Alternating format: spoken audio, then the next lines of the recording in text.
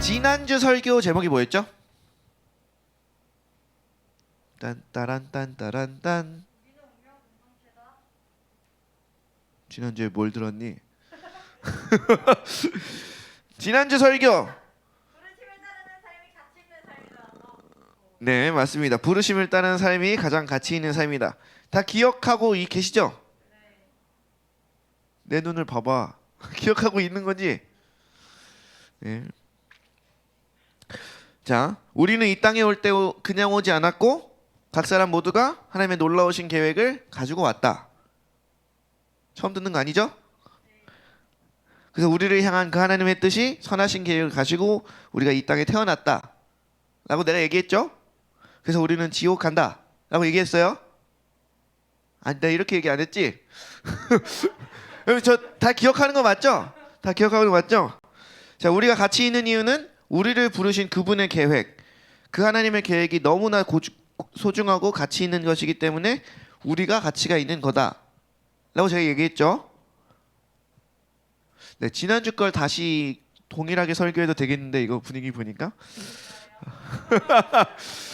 네, 이러니까 우리 목회자들이 먹고 삽니다. 네, 설교 한 50편만 있으면 네, 평생 울고 먹고 살 수 있는 놀라운 기적에.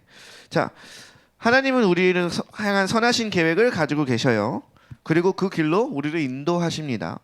그리고 그냥 인도하실 뿐만 아니라 그것을 행할 수 있는 능력, 그것을 행할 수 있는 자원, 뭐 재능, 그런 영적인 은사들까지도 부어주십니다. 그래서 하나님이 주시는 그것들을 가지고 우리가 하나님의 부르심, 그 사명을 이루어 가는 것입니다. 아멘? 아멘. 그래서 우리가 여기서 한 가지 알아야 될 게 있는데 뭐냐면, 하나님이 그런 자원들도 주시고 부르심도 있고 계획도 있고 뭐 은사도 주시고 이렇게 한다고 해서 그것들이 자동적으로 이루어지거나 자동적으로 성취되는 것은 아니에요. 누군가 이렇게 얘기했어요. 제자는 태어나는 게 아니라 만들어진다. 또 리더십 강의에는 이런 얘기들이 있습니다. 리더는 타고나는 게 아니라 만들어진다. 자, 이런 말들처럼 우리에게 주어진 하나님의 강점들, 그 재능들, 그리고 그 영적인 은사들, 뭐 그런 뭐 어떤 자원들, 이런 것들이 효과적으로 사용돼서 하나님이 우리를 향한 그 계획과 부르심을 쫓아 살려면, 그 사명을 이루려면 훈련이라고 하는 과정을 꼭 거쳐야 합니다. 어떤 과정이라고요? 훈련. 그래서 로마서 8장 13절에서 14절은 이렇게 말하죠. 너희가 육신대로 살면 반드시 죽을 것이로되 영으로서 몸의 행실을 죽이면 산다. 무릇 하나님의 영으로 인도함을 받는 사람은 곧 하나님의 아들이다. 자, 본문에서 얘기하는 것과 같이 우리가 훈련해야 될 것은 바로 우리의 몸의 행실을 죽이는 것, 그리고 하나님의 영의 인도하심을 받는 것을 훈련해야 됩니다. 훈련하고 있어요?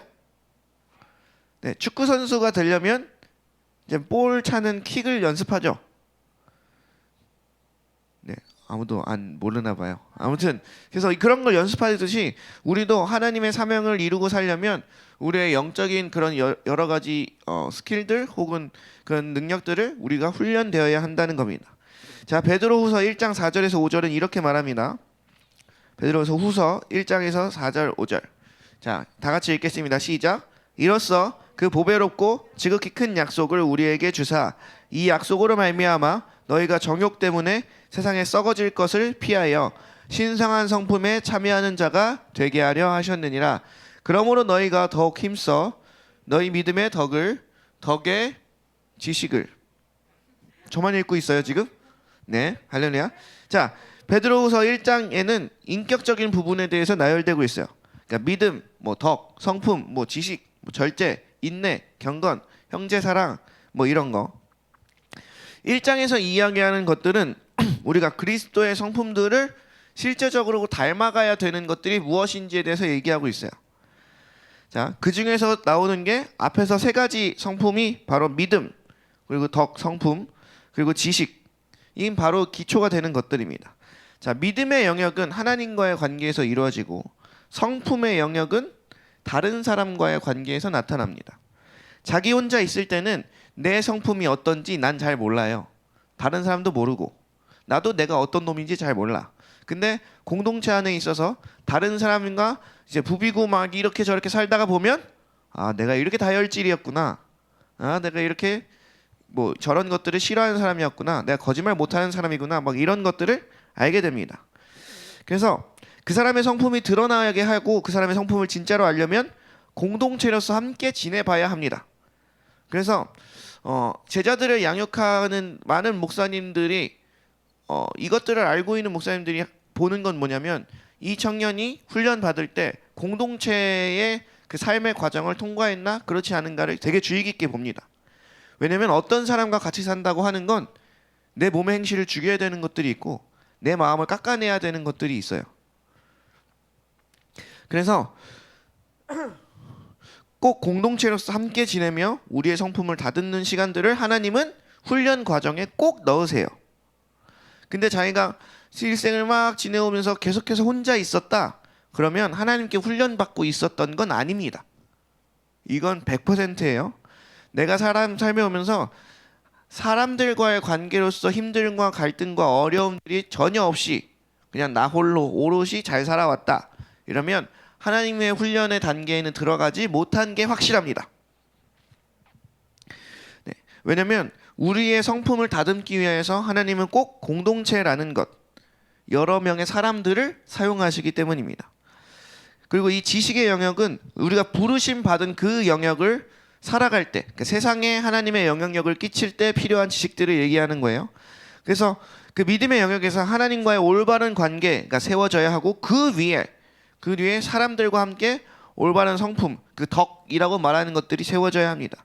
그리고 그 다음에 세상을 향한 우리의 지식들, 세상을 변화시키는 빛과 소금의 역할들을 감당하는 일들이 필요한 겁니다. 그래서 우리가 훈련돼야 할 영역 중에 가장 기본적인 것은 이 세 가지예요. 믿음의 영역, 그리고 성품의 영역, 그리고 세상을 향한 사명자의 영역이 있습니다. 자, 믿음은 하나님과의 관계에서 이루어진다고 했어요. 하나님이 누구신 줄 알고 하나님의 말씀을 듣고 하나님의 말씀에 순종하는 삶을 살 때 믿음이 발전합니다. 자, 믿음은 정확하게 얘기할게요. 그냥 예배 드린다고 믿음이 자라지 않아요. 믿음이 자라는 건 순종할 때만 자랍니다. 그러면 내가 교회를 오래 다녔어도 하나님의 말씀에 빗대어 순종했던 적이 없으면 내 믿음은 성숙하지 못해요. 이건 100%예요. 우리의 삶 가운데 사람들 아무리 그 신앙이 오래된 사람들이 있다 할지라도 그 사람 삶 안에 하나님의 말씀 때문에 순종한 것들이 하나도 없으면 그 사람은 믿음의 성숙한 선배가 될 수 없어요. 그래서 꼭 우리의 믿음의 연수가 뭐 10년 됐다고 집 사주고 뭐 20년 됐다고 권 사주고 이건 진짜로 잘못된 겁니다. 그래서 욕먹을 만한 집사 권사가 얼마나 많은지 몰라요. 목사라도 그래요. 그냥 학점만 따고 시간만 보내면 목사를 줘요. 그러면 안 돼. 네. 아무튼 하나님의 말씀을 듣고 하나님의 말씀에 순종할 때 우리의 믿음이 성숙합니다. 그래서 실제적으로 우리가 하나님을 믿는다고 할 때는 그 관계의 모습들이 다양하죠. 우리가 하나님을 창조주 하나님도 믿고 전능자 하나님도 믿고 뭐 왕이신 하나님 믿고 뭐 주님이다 고백하고 뭐 구원자다 알고 있고 심판자도 믿고 있고 그리고 아버지 하나님도 알고 있습니다. 자, 근데 이런 많은 다양한 그 관계들 속에서 하나님이 우리에게 가장 먼저 가장 깊이 알려주고 싶어 하시는 관계가 어떤 관계일까? 어떤 하나님은 가장 깊이 알게 하고 싶으실까? 바로 사랑의 하나님입니다. 아버지 하나님입니다. 하나님은 우리가 그러니까 우리의 창조주 하나님, 그리고 우린 피조물이잖아. 그래서 하나님이 지그시 손가락으로 누르면 우리는 끽하고 죽는 이제 그런 피조물들이에요. 여러분들이 개미를 톡하고 밟으면 툭하고 죽듯 우리도 하나님이 지그시 누르면 폭하고 죽는 그런 피조물이에요. 그런데 우리 하나님은 그런 관계 안에서 벌벌 두려워 떨면서 복종만 해 그리고 일만 해 라고 하시지 않아요. 그런 관계를 원하시지 않아요. 그것은 하나님이 우리를 지으신 목적이 아닙니다. 하나님은 우리를 창조하신 근본적인 이유가 뭐냐면 우리와 하나님과의 친밀한 사귐이 있기를 원하셔서 우리를 지으셨어요. 자, 여러분들이 개미와 친밀한 관계를 지우기 위해서 개미를 잡았습니다. 그럼 개미를 어떻게 대해요? 밥도둑? 뭐라 그랬어? 네. 네. 그러니까 하나님은 우리를 뭐 어떻게 하셔도 되는 그런 놀라운 창조주 하나님이신데, 그 하나님이 우리에게 가장 알려주고 싶어 하시는 건 내가 너와 친해지고 싶다, 내가 너를 사랑한다, 내가 너를 자녀 삼았다라는 사실을 가장 먼저 또 깊이 알려주고 싶어 하신다는 겁니다. 하나님은 우리와 친밀한 사귐의 관계를 갖길 원하세요. 아멘. 여러분 한 분 한 분과 나만 하나님과 친해지는 거 아니고 너희들도 하나님과 친해지는 걸 하나님이 간절히 원하신다고. 그래서 일방적인 관계 말고 상호 소통하면서 인격적인 관계를 맺기를 원하세요, 우리 하나님이. 그래서 아버지와 자녀에 대한 관계, 그리고 목자와 양으로서의 관계, 그리고 뭐 친구 관계라고 여러 가지로 설명했습니다. 그래서 우리는 특별히 이 아버지 하나님, 그리고 목자로서의 하나님, 그리고 친구이신 하나님을 함께 알아가며 하나님이 우리를 얼마나 사랑하시는지, 우리를 가까이 하고 싶어 하시는지 우리가 알기를 소망합니다. 자, 하나님이 우리의 아버지십니다. 아멘. 자, 하나님이 내 아버지가 아니다. 네. 자, 근데 이걸 곰곰이 생각해 보면 우리는 이 사실 앞에 엄청 기뻐해야 돼요. 전능하신 창조주 하나님이 우리 아버지다 라는 이 사실 때문에, 이 사실 얼마나 놀라운 사실인 줄 아십니까? 여러분, 그 드라마 중에 뭐 금수저 뭐 그것도 있고, 뭐 용돈이 8천만 원? 막 이렇게 아무튼 그런 드라마도 막 있던데, 여러분 우리 하나님은 모든 재물의 주인이셔. 여러분들은 금수저 중에 금수저고 다이아몬드 수저고 막 그래. 우리가 로열 패밀리야. 여러분 재벌 2세가 부럽지 않아. 우리 아버지가 하나님이신걸? 아멘. 여러분 저도 고등학교 때 이 돈 때문에, 왜 우리 집안은 왜 이 모양 이 꼴인가, 막 이것 때문에 너무 화가 나가지고 하나님한테 기도를 했습니다. 하나님, 주님의 뜻을 따르겠다고 열심히 애쓰고 있는데 돈을 팍팍 주셔야지. 이게 뭐 하는 짓입니까? 어떻게 하나님의 자녀라고 하는 것들이 막 돌 때문에 빈민 걸 이러면 안 되잖아요. 막 그러면서 따졌어요. 제가 고등학교 2학년 때 일입니다. 그래서 주님이 저한테 말씀하셨죠. 응답을 주셨어. 어느 날 너에게 1조가 예비되어 있다. 딱 그 응답을 받으면 어떻게 하겠어요, 여러분? 아싸 해야 되잖아. 나는 그때 딱 들었을 때 그러니까 여러분 개인 자산 1조면 엄청난 거예요. 평생을 다 써도 못 써. 근데 그걸 딱 듣는 순간 네, 다시 네, 그걸 딱 듣는 순간 아멘. 아멘. 이게 1조가 얼마인지도 가늠도 안 되고, 뭐 그 믿음으로 땡겨 쓰라는데 난 믿음으로 땡겨 쓰려고 열심히 믿음을 발휘하는 것 같은데 안 땡겨지는 걸 어쩌고 막 그래서 인출하는 방법은 도대체 어디 있으면 통장은 어디 있고 막 이런 거 막 찾으면서 벙쪘던 적 기억이 있어요. 근데 지금은 믿고 있습니다. 네.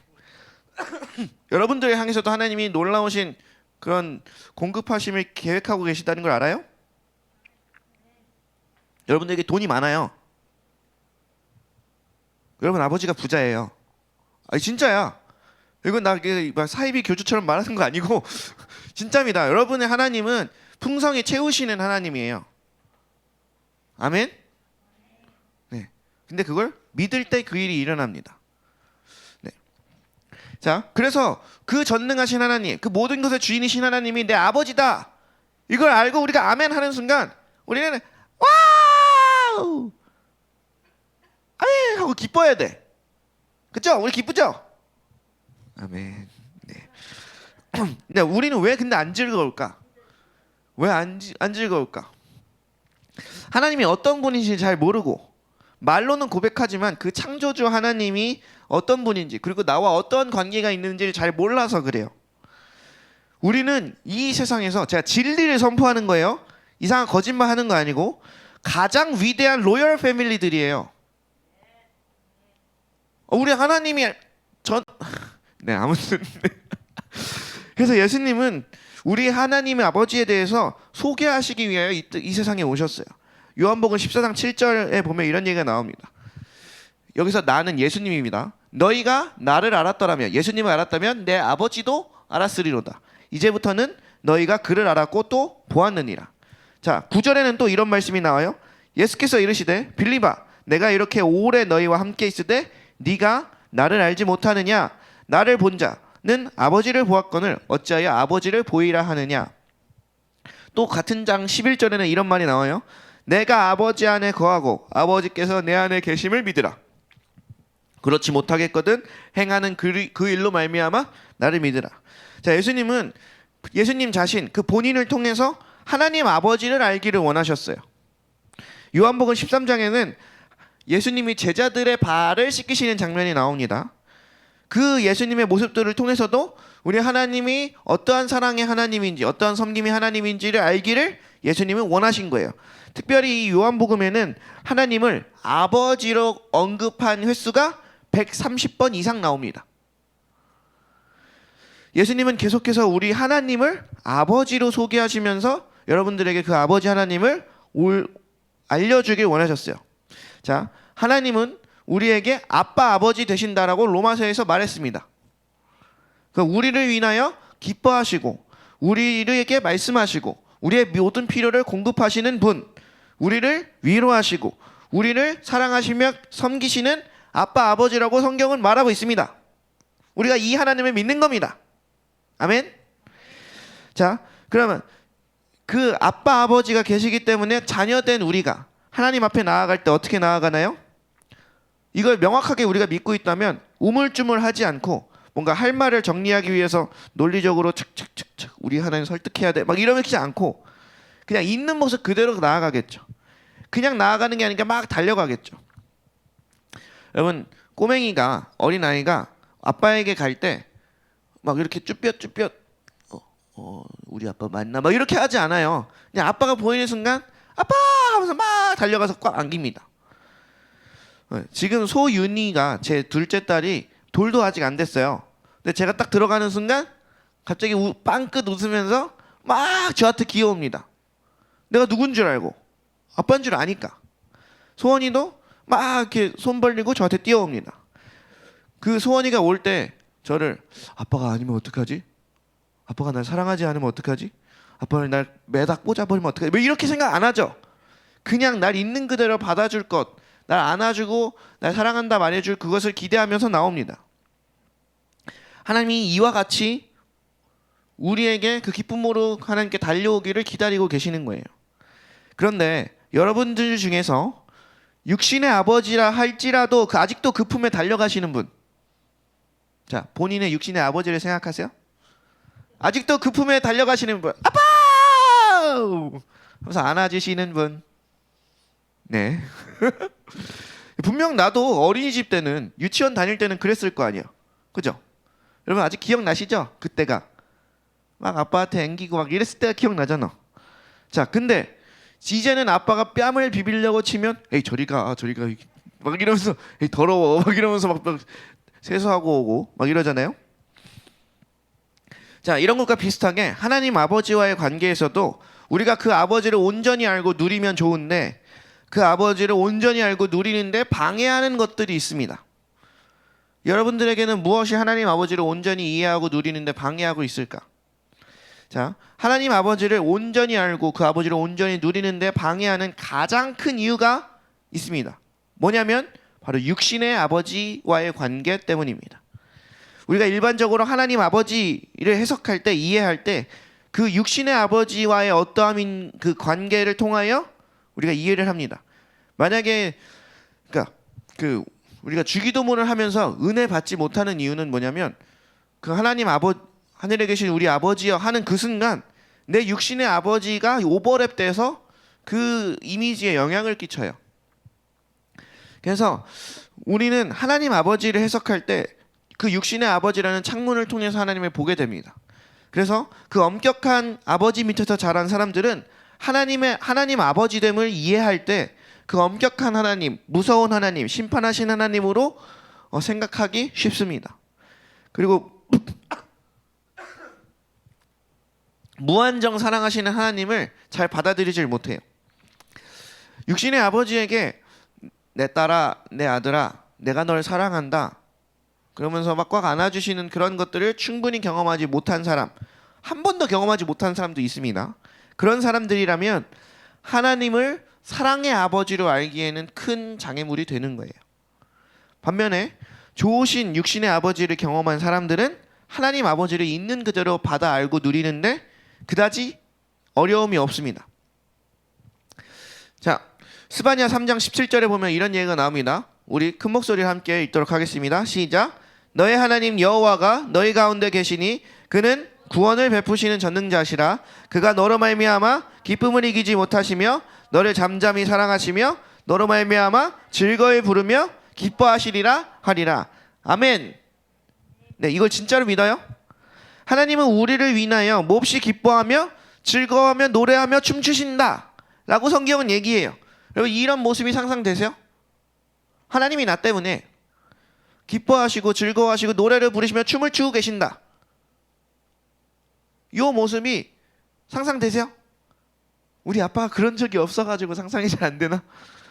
자, 육신의 아버지로 인하여 하나님을 알고 누리는데 어려운 사람들은 그 육신의 아버지를 이해하고 용서하는 데 힘을 좀 기울여야 돼요.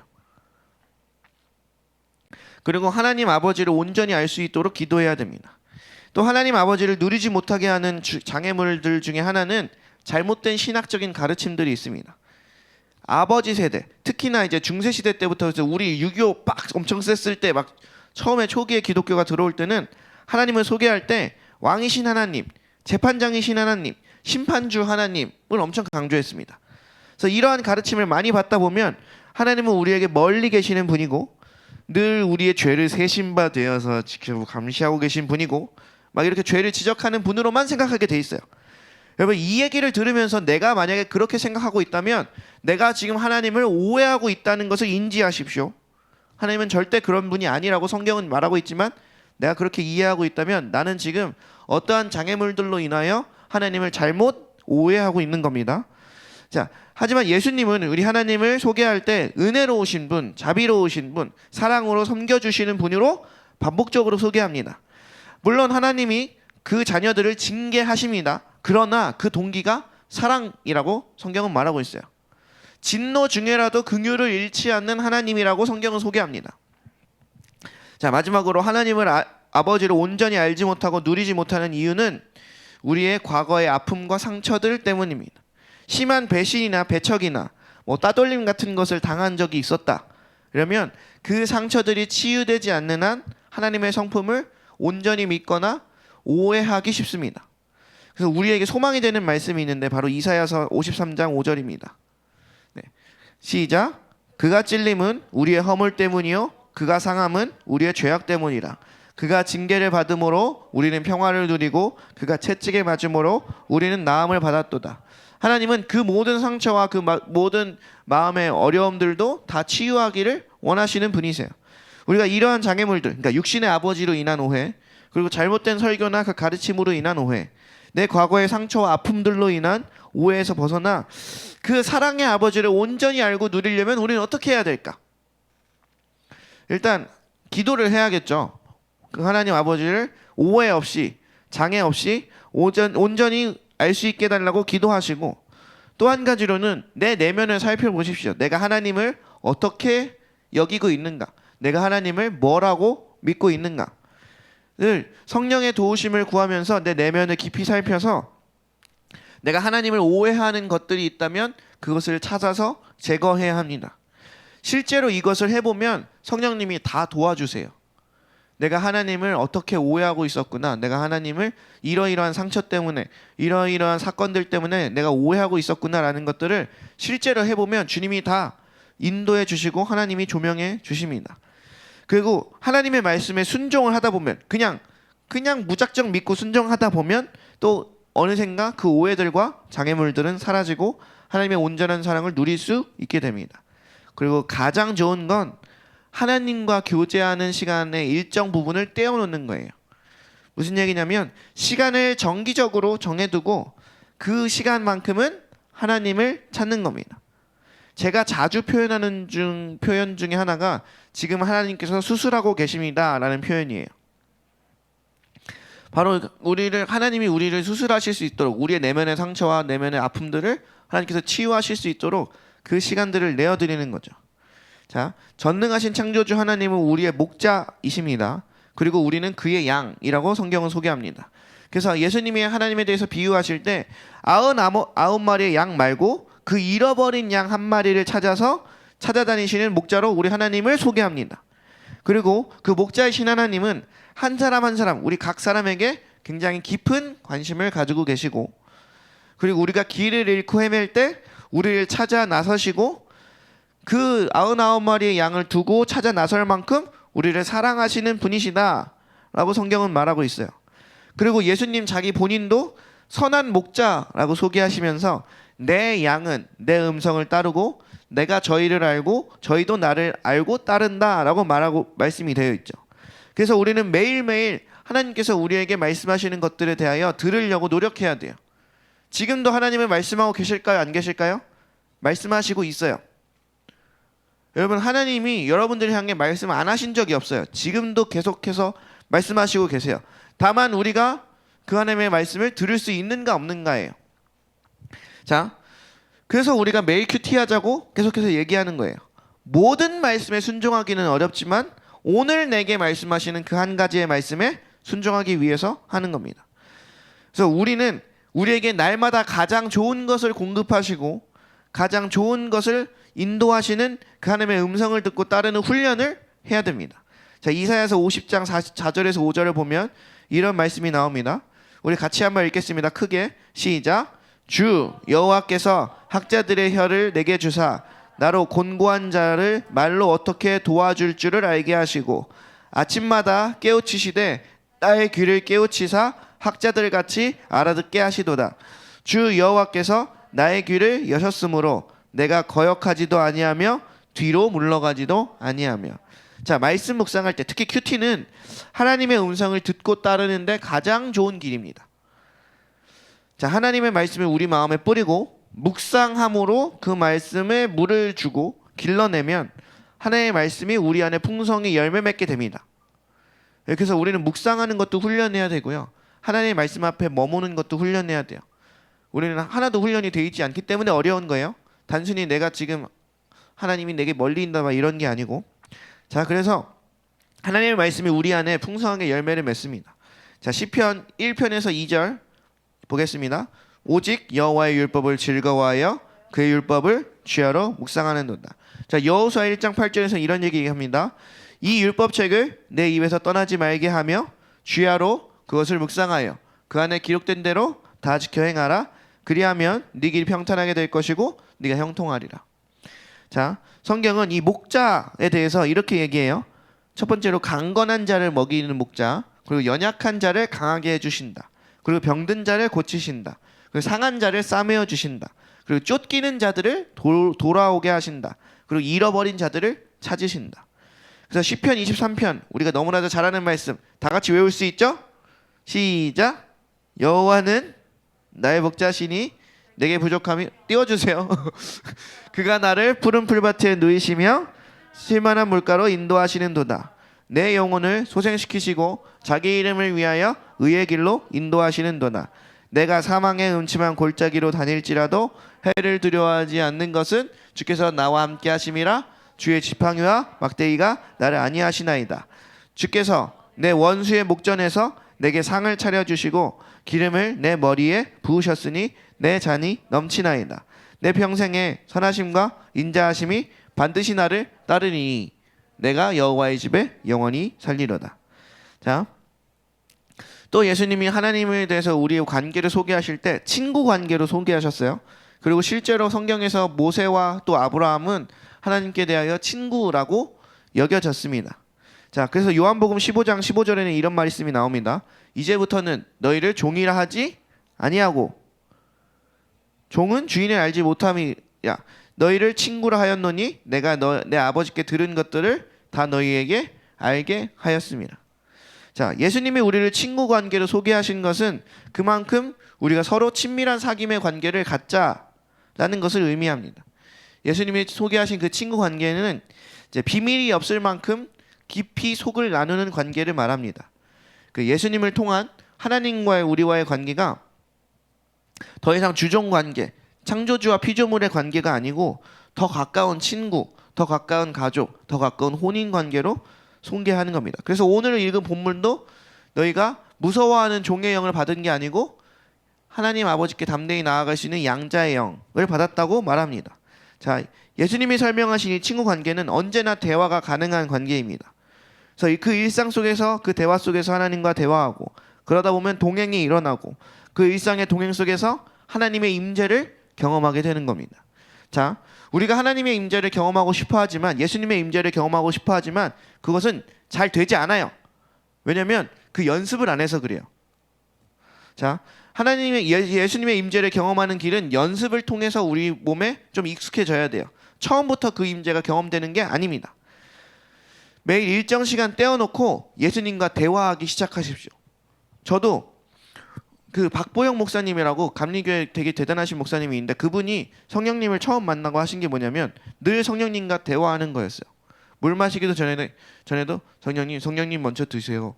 이렇게 하시고 드시고 성령님 밥 먹습니다. 주님 이 소화 잘 되게 해주시고 주님 이렇게 맛있는 밥 주셔서 감사합니다. 주님도 한 숟가락 드실래요? 막 이렇게 계속 이렇게 대화하시면서 진짜로 그렇게 하시면서 지내셨어요. 저도 그걸 듣고 따라했죠. 열심히. 주님 그래서 뭐 오늘 배가 아픈데 주님 이 위장 주님께서 창조하셨는데 왜 이렇게 지랄 맞는지 모르겠습니다. 막 이러면서 이러면서 대화를 했어요. 그래서 주님이 먹으라는 것만 먹고 먹지 말라는 건 먹지 말아야 되는데 그게 도대체 뭔가요? 콜라는 먹어야 되는 건가요? 말아야 되는 건가요? 막 이러기도 했었어요. 네. 근데 그래서 처음에는 어색하지만 계속해서 주님과 대화를 시도하는 거예요. 그리고 계속 그런 시간을 보내면 나중엔 익숙해집니다. 그리고 자연스러워집니다. 그리고 하나님이 가까워집니다. 처음에 예수님께 나와서 머물기 시작하면 그 시간을 보내기 시작하면 마치 우리의 마음은 시끄러운 마트와 같이 엄청나게 막 부산스러워요. 잡생각 많이 들고 막 졸리고. 자, 놀라지 마십시오. 이게 당연한 거예요. 내가 처음 하나님과 시간을 보내는데 대화가 잘 안 되고 무슨 말 해야 될지 모르겠고 졸리기만 하고 막 이상한 잡생각만 든다. 이게 당연한 겁니다. 우리가 안 쓰던 근육을 쓰다 보면 그리고 뻣뻣해진 그 다리 근육을 늘리려고 막 다리를 찢기를 하다 보면 처음부터 잘 되지 않죠. 네, 그런 것처럼 처음에는 집중이 잘 안 되고 잡생각이 들고 졸린 게 당연해요. 근데 그러한 시간들을 계속 꾸준히 우리가 보내다 보면 내 마음에 그 시끄러운 소리들이 점점 줄고 졸린 것도 점점 사라지면서 우리의 영적인 감각들이 민감해지기 시작합니다. 우리가 그 하나님의 친밀한 관계 속으로 들어가기를 소망합니다. 하나님은 우리를 공급하시기 원하시고 친밀히 하기를 원하십니다. 지금 그 자리에서 구원하시길 원하십니다. 아멘이십니까? 네. 제가 여러 번 말하죠. 여러분들을 정죄하지 않으신다고, 사랑하신다고. 이 말이 저도 그냥 인간적인 마음으로 지난주에도 했던 말인데 기도하다 보면 왜 이 말을 또 하라 그러지? 막 이렇게 금요일에도 기도해 드릴 때가 있잖아요. 그러면 이 얘기 알 텐데 또 하라고 하면서 막 사랑한다 얘기하고 막 아니 이거 못에 박히도록 왜 이 얘기 계속 그래서 그러니까 제 진짜 솔직히 인간적인 마음에는 얘 좀 이거 고쳐야 되고 이거 정신 못 차리고 있는 것 한번 이렇게 싹 정신 차리게 사사삭 얘기해 줘야 되는데 기도하면 주님이신 마음 그게 아니기 때문에 또 내 마음대로 전할 수 없으니 또 그 마음대로 주님이 전하는데 그 하나님의 마음대로 기도를 하다 보면 놀랍게 알게 되는 것은 하나님은 결코 여러분들이 미워한다고 막 화나 있거나 이런 적이 단 한 번도 없었다라는 겁니다. 이와 같이 아버지이신 하나님, 그 목자이신 하나님, 그 친구이신 하나님과 친밀한 관계를 누리며 우리가 그 하나님이 부르신 그 소명의 길을 깊이 나아갈 수 있기를, 끝까지 나아갈 수 있기를 소망합니다. 우리 천국에서 사명을 끝마치고 다들 보았으면 좋겠습니다. 자, 중간에서 낙오하기 있기 없기. 네. 내가 천국 먼저 갔는데 여러분들은 뒤따라오지 않는다. 그러면 나한테 죽을 줄 알아. 내가 다시 부활하여 내려가 너희들을 구제 이렇게 말하면 이상한 교주됩니다. 난 그거 할 능력이 없어요. 우리 주님이 다 하실 거예요. 할렐루야. 아무튼 우리는 사명의 길을 다 마치고 그 친밀한 관계 속에서 이 살 안에서 하나님의 사랑의 관계를 누리다가 같이 천국 갑시다. 천국 갔는데 여러분들만 있고 나만 나 없으면 안 되니까 나도 열심히 할 거예요. 네, 우리 함께 찬양합시다. 이 시간 너의 마음속에 우리 함께 같이 찬양하면서 서로를 위해서 그리고 우리 자신을 위해서 알려줬으면 좋겠어요. 하나님이 우리를 얼마나 사랑하시는지. 마지막으로 반주해 주시고 한마디만 말씀 전해드리면, 하나님이 에덴 동산을 왜 만들었을까? 이 세상을 왜 만들었을까요? 다 나 때문이에요. 하나님이 원하셨던 건 이 세상을 만드는 게 아니었고, 이미 창세 전부터 계획된 나와 이미 창세 전부터 하나님 안에서 하나님의 놀라우신 계획으로 계획된 나와 사랑의 관계를 누리려고 이 세상을 창조하신 거예요. 이 세상이 이토록 아름다운 이유는 하나님과 나와의 사랑의 관계를 위함입니다. 우리가 하나님과 관계가 멀어지고 타락하여서 이 세상이 조금 이상하게 삐끗거리곤 있지만 여전히 이 세상은 아름다워요. 여전히 이 세상은 살만합니다. 여러분, 사단의 거짓말에 속지 마세요. 이 세상은 헬조선이 아니에요. 이 세상은 멸망에 가고 있지 않습니다. 말세이긴 하나 하나님의 놀라우신 약속이 여전히 역사하고 있는 현장이고, 그 하나님과 사랑의 관계를 위해서 여러분들이 풍성한 그 사랑의 뜻을 따라 이 땅에 태어난 거예요. 가끔 사람들이 이렇게 얘기합니다. 자식을 안 낳는 사람들이 이렇게 얘기해요. 이렇게 어려운 세상에 자식들을 낳아버리면 걔한테 무슨 짐을 지워주려고 그러냐, 막 이런. 가면 갈수록 살기는 힘들어지는데 자식을 낳으면 걔는 더 살기 힘들 텐데, 막 이런 핑계들을 대시는 분도 있어요. 여러분, 이건 사탄의 거짓말이에요. 진짜 사탄의 거짓말이에요. 여러분, 이 땅에 태어나서 하나님과 사랑의 관계를 누리며 이 세상을 살아간다고 하는 건 놀라운 축복입니다. 이 세상은 우리를 위해 지어졌어요. 이게 진짜예요. 여러분, 한번 상상해 보세요. 아담과 하와한테, 아담한테 하나님이 에덴 동산을 쫙 보여주실 때 어떤 마음이셨을까? 다 세상을 지으시고 마지막으로 사람을 지으신 다음에 그 생기를 불어넣으시고 아담이 눈을 탁 뜨고 그 에덴 동산을 바라볼 때 하나님은 도대체 어떤 마음이셨을까?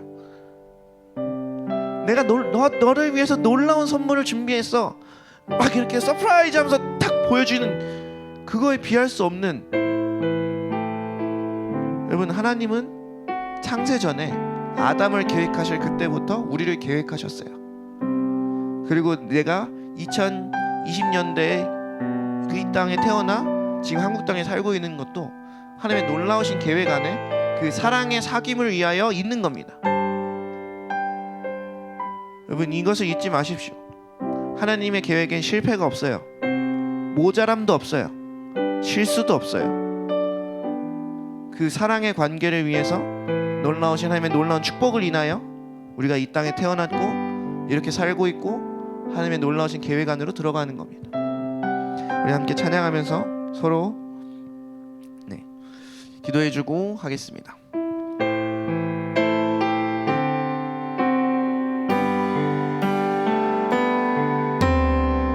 이 시간 너의 맘속에 하나님 사랑을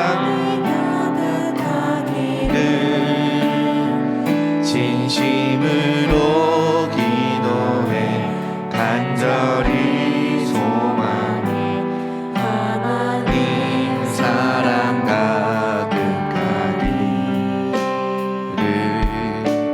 하나님은 너를 사랑해. 얼마나 너를 사랑하시는지. 너를 위해 저 별을 만들고 세상을 만들고 아들을 보냈네. 오래 오래전부터 널 위해 준비된 하나님의 크신 사랑, 너의 가는 길 주의 사랑 가득하기를 축복해. 힘든 일도 있겠지만 나 그때마다 늘 함께 할게. 하나님 보이신 그 사랑으로 나 또한 너를 사랑해.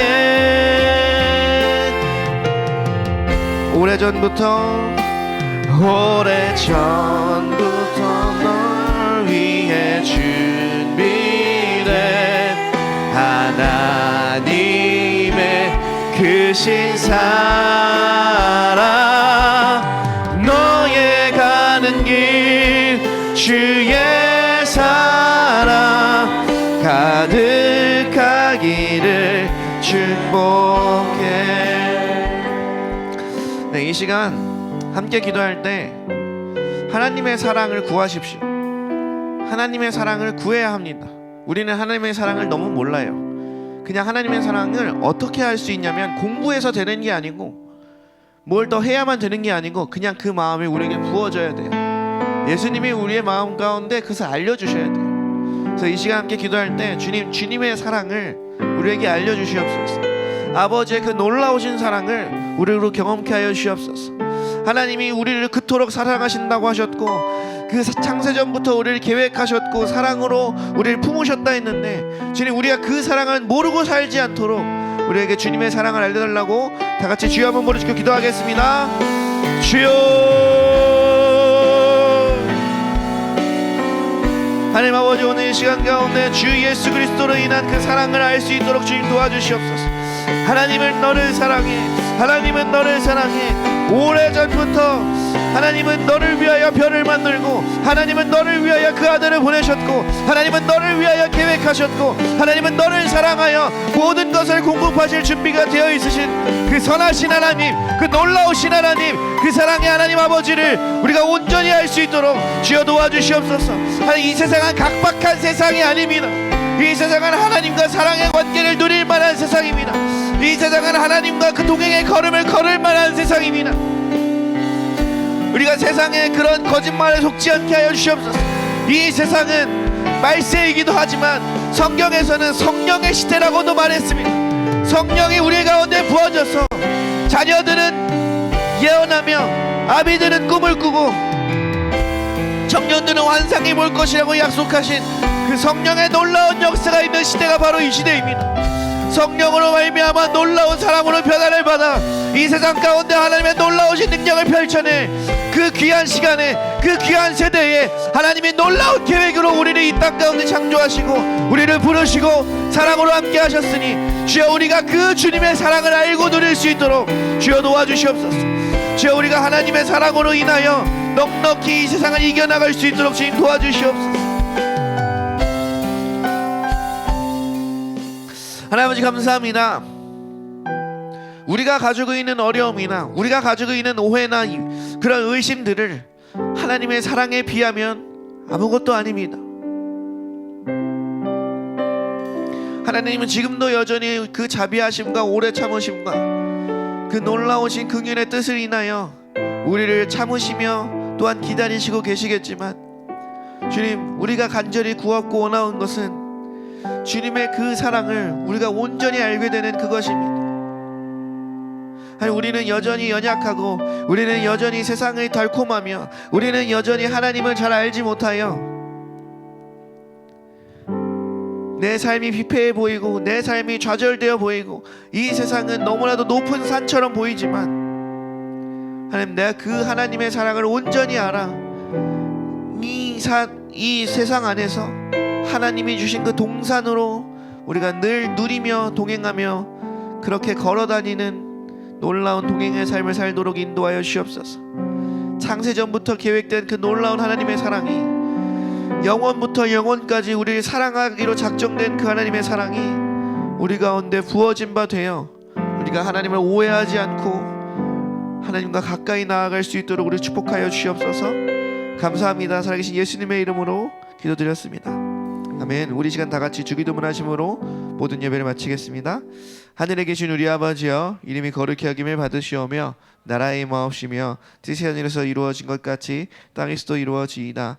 오늘날 우리에게 일용할 양식을 주옵시고 우리가 우리에게 죄 지은 자를 사하여 준 것 같이 우리의 죄를 사하여 주옵시고 우리를 시험에 들게 하지 마옵시며 다만 악에서 구하옵소서.